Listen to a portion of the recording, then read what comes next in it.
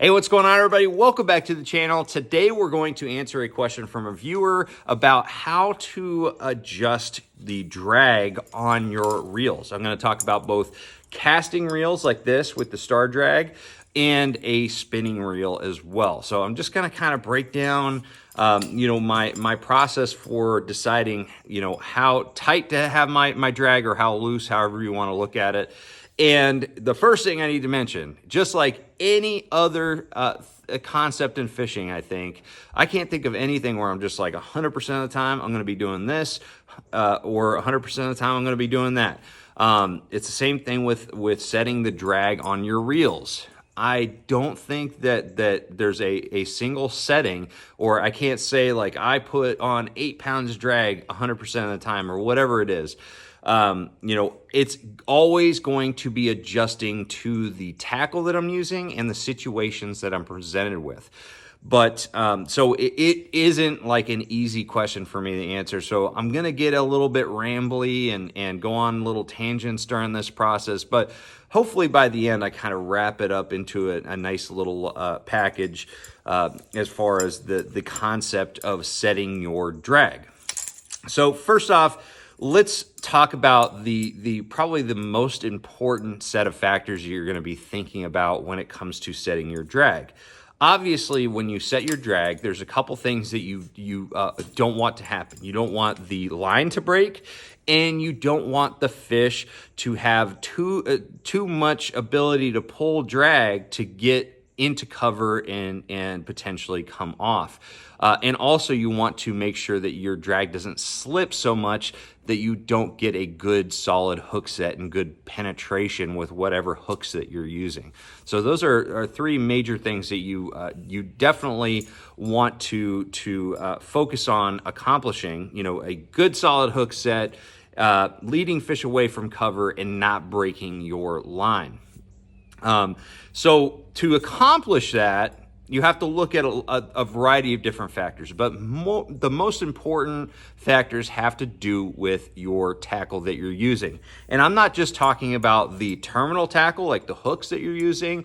I'm not talking about the line that you're using, or just the rod, or just the reel.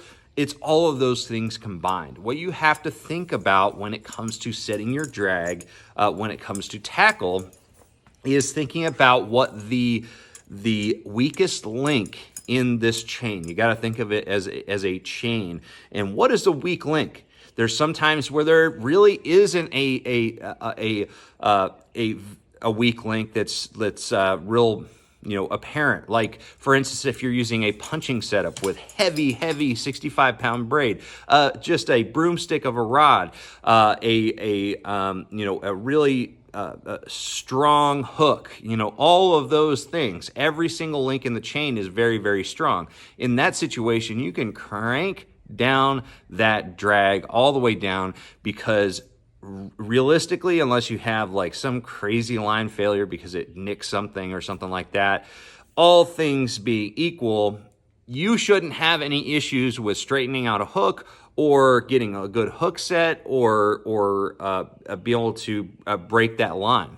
All those things shouldn't happen because you've got all strong links in the chain. However, there are plenty of situations where you're using very, very light line or a very, very light hook, okay? A light gauge hook, okay? In those situations, and your rod may be easily overpowering the line or the hook. You might be able to straighten out the hook very, very easily on a big fish or break the line. And in those situations, you have to compensate with your reel drag. So, for instance, if I'm fishing lighter line and fishing like something like a jerkbait. Right now, I've got a spinnerbait on this rod as an example, but if I'm fishing a jerkbait that I'm using lighter line, I may be still using like a medium heavy rod or something like that. So the rod could easily overpower the line or the hooks. But I still might want to use that rod just for the action and the feel that I like. But I'm worried about the hook straightening out, or I'm worried about the line breaking. In that situation, I will back off the drag. And really, my concept for most of those situations, if you're confident that you're choosing the right tackle, all the right links in the chain, one or two of those links may be weaker, but they're still necessary to accomplish what you're trying to do. Now, there's a lot of times where I see guys throwing a heavy action rod with 10-pound test and a very, very light hook or something like that. That is a mismatch of tackle, in my opinion. And there's not a whole lot of situations where you can convince me that that is the deal. But there are situations where the rod that I'm using is definitely a little heavier than I probably should, but it's necessary for the overall feel and the action that I'm trying to put on that bait. And so I will use that rod, even though the links, corresponding to it, the line and the hook may be weaker. But again, what I like to do in those situations, say I'm using like a medium heavy rod, I'm using 10 or 12 pound test. I'm still trying to get a kind of a finesse presentation out of this deal, but I'm worried about straightening the hook or breaking the line. In that situation, I'm going to be backing off of the drag. And what I like to do with casting gear specifically is when I set the hook, I don't want the reel to slip. I don't want the drag to slip that much at all. Maybe just a tiny bit, okay? But in general, I don't want that drag to slip with pretty much any of the presentations that I'm fishing. But I do want that drag to be able to slip when that fish surges. When that fish goes for a big, strong run, I want that drag to be able to be loose enough where it's not going to take a ton of a run before that fish starts pulling that drag. Okay, and that will kind of facilitate being able to not break the line as much and straightening out a hook. Okay.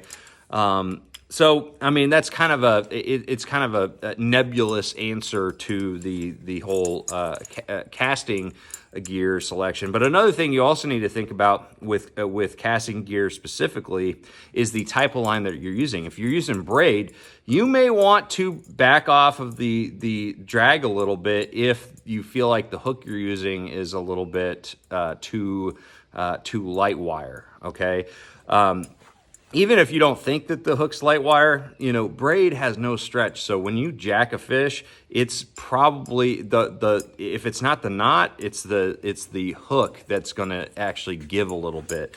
But if you're using monofilament or fluorocarbon, they both have stretch. Nylon lines have stretch. So the nylon line has the incredible ability to compensate for jarring hook sets or making hard runs. So what I like to do is if I'm fishing, I already mentioned that I will, loosen up on the drag a little bit. I'll still do that if I'm fishing, below 15-pound test nylon lines.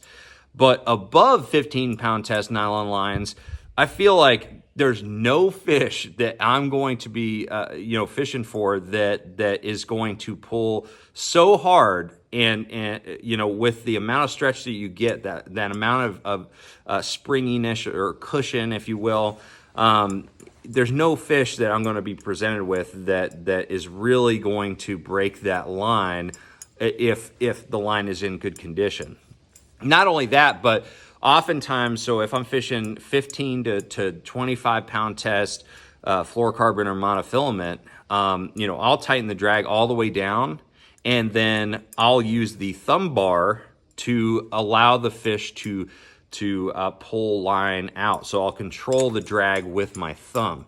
But I really don't want, with heavier line, the drag to slip at all when I am trying to lead fish away. So I like to control the drag, so to speak, with the thumb bar and my thumb. So when the fish is away from the cover that we're fishing, you know, there's no risk of it getting in a tree or whatever it is around, then I can go ahead and use the thumb bar to short line, you know, fight the fish around the boat and then land that fish. So I know that's kind of like a awkward decision-making process, and hopefully it makes a little bit of sense, but to kind of wrap it up a little bit for casting gear, if you're talking about all heavy tackle, you feel like every link in the chain is going to be strong, you can really crank that down. Same thing with heavy, you know, 15-pound plus fluorocarbon or monofilament. There's a lot of stretch in there, and I also just don't want the fish to be able to get into cover. I want to be able to lead them out, so I want it to the drag to be real strong on the front end, and then I'll work the thumb bar a little bit towards the boat when I'm short lining, and that stretch is starting to get less and less because you have less line out. And then if you're using lighter line, anything under 15-pound test as far as nylon lines, fluorocarbon or monofilament, that's when I'll loosen up the drag and allow it to actually be loose enough to where if the fish surges, it will pull that bait. But when I set the hook, there shouldn't be much, much movement of that drag. The next category, I'll go grab it real quick, is going to be your spinning tackle. So this is going to be completely different. So the first thing that I need to mention is that I'm using braided main line with pretty much all my spinning gear nowadays. This is a 15 to 20 pound Seaguar Smackdown braid main line, and then a gold label fluorocarbon leader. All right, so the length of the leader and the size of the leader, it varies every single technique in every single situation. But one thing that is pretty consistent is how tight or how loose I set my drag. So with spinning gear, I'm already using tackle that is fairly light. You know, that's the reason why I'm using the spinning gear is I want to use lighter line all the way down to 6-pound test, and usually, you know, maybe up to 12-pound test. Maximum, but you know, it's lighter line. So there are some weak links in this chain. And so what I like to do, and it's pretty standard across the board, is I set my drag to where it gives a little bit. It makes a little bit of that drag sound when I set the hook. Okay, so I'm kind of reeling against the drag a little bit as I'm setting the hook and reeling out the slack on a fish. And the reason for that is that because the braided main line doesn't have any stretch at all, and you're connecting it to a line that is a smaller diameter and a smaller pound test rating, you don't want to break off by setting your drag too tight versus, you know, casting gear. So very, very different concept. You want the drag to slip a little bit with your spinning gear. And so that's pretty much across the board, whether I'm fishing around cover or not. You know, unless I'm fishing 12-pound tests and I feel like, man, I can really horse those fish out of a dock or out of some brush or something, I'm generally going to have a little bit of give on my drags on spinning reels. So anyways, guys, that is kind of how I decide what strength to set my drag at. You know, I know that it's not like a nice, neat answer to this question, but that's fishing. There's a lot of different variables to think about. But if you think about every single link in the chain that can be the weak link, and you compensate using your drag for that weak link, that's kind of the basic concept. You always want to be able to lead fish away from cover, get a good solid hook set, and also not break your line. But anyways, guys, those are my thoughts on setting up your drag on your spinning and casting gear. Hopefully it helps. If you have any specific questions, drop a comment below, and also make sure that that you check out the affiliate links in videos just like this. So if I'm talking about certain products, you can go onto those affiliate links, buy that product, get 10% off with 44tackle.com, and you help support the channel. So make sure you use those affiliate links, which are in most of my videos. But anyways, guys, thank you so much for watching. Trust the process, and I'm going to see you out on the water. Take care.